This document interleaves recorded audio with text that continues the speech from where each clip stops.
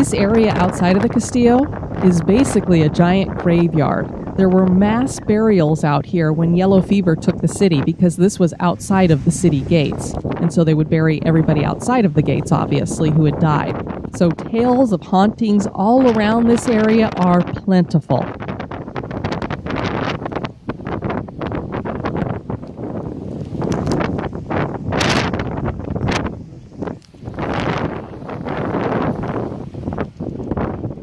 We had a couple of listeners join us in St. Augustine as we checked out the Castillo de San Marcos. So we've got Julie and Heather joining Denise and I on our little adventure here as we travel through the Castillo. The Spanish built the Castillo de San Marcos between 1672 to 1695, and it was to protect the city of St. Augustine, which had been sacked several times. The Castillo de San Marcos never fell, no matter where the attack came from, and it has stood under the flags of several countries or governments, including the Spanish, the British, the United States of America, and the Confederacy.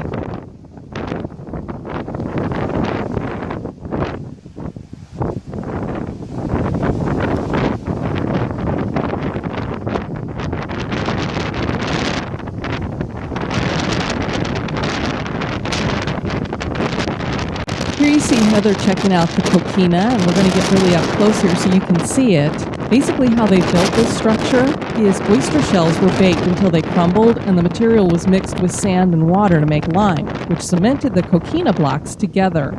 These coquina blocks were quarried from nearby Anastasia Island. And it is so strong that this fort has stood for hundreds of years and endured cannonballs, bullets. A cannonball actually gets caught into the wall. It will not go through.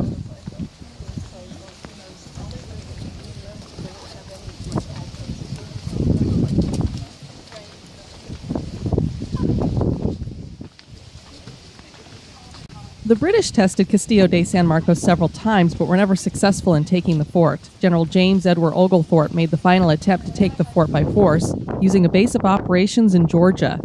The British finally gained ownership of the fort in 1763 when the Treaty of Paris gave Britain all of Florida. The British did not possess the Castillo for very long. The American Revolution broke out, and after the war was concluded, Spain again retained control of the city of St. Augustine in 1784.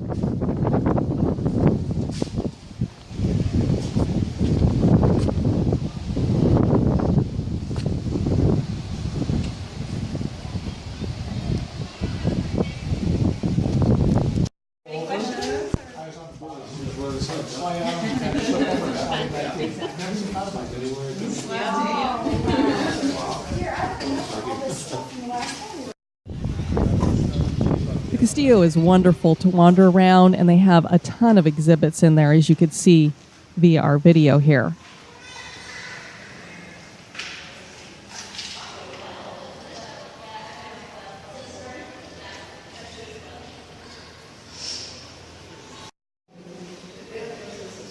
In 1892, the Americans took ownership of St. Augustine and the Castillo.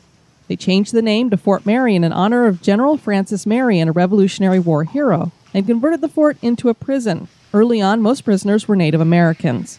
During the Civil War, the Union handed over Fort Marion to the Confederacy as Florida had joined other southern states in fighting the Union. The Confederates soon abandoned the post, and the Union retook the fort after threatening to destroy the city if it did not surrender. In 1898, while the Spanish-American War raged, the fort was used once again as a prison and held around 200 deserters from the American Army. By 1900, the fort was officially retired and became a national monument.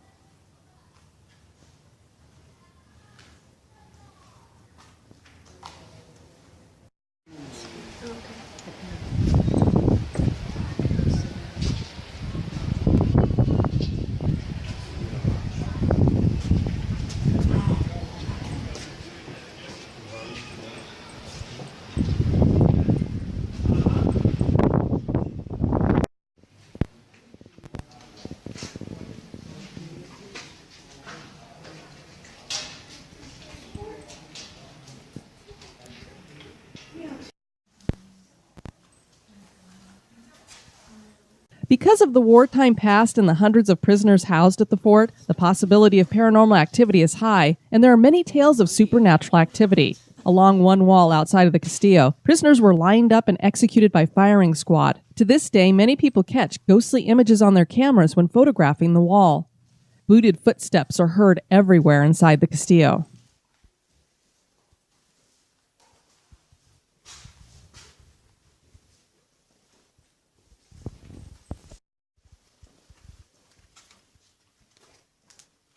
And Julie wins. Is it? It's the powder room. Ooh, all right, who's going to go in the little hole? Phil. Denise is going in the little hole. Oh, it's the room I want.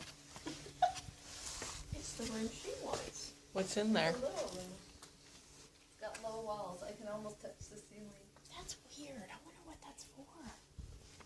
It's the powder room. That's the powder room too? Because it didn't float. Nothing can. Oh, it is short. Are there any spirits in here? Diane. Wow. Cool. This Back is... there, I would set up like a reading nook. Oh, reading nook. There's no air in here.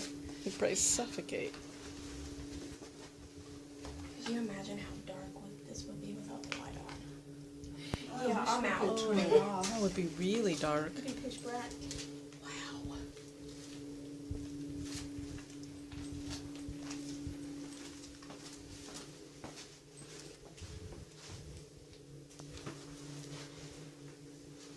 If there's any spirits, you can push Denise off that thing. It could be the meditation room. Wow. Oh, there's like no air in here. I know. I It's know. hot. It's hot. It's not hot, but it is, the air is like kind of... Shot a wide variety of projectiles were available from different circumstances. You could put anything, anything that fit in there, you could fire it. Look at this gun on the cart. It's like the first armored car.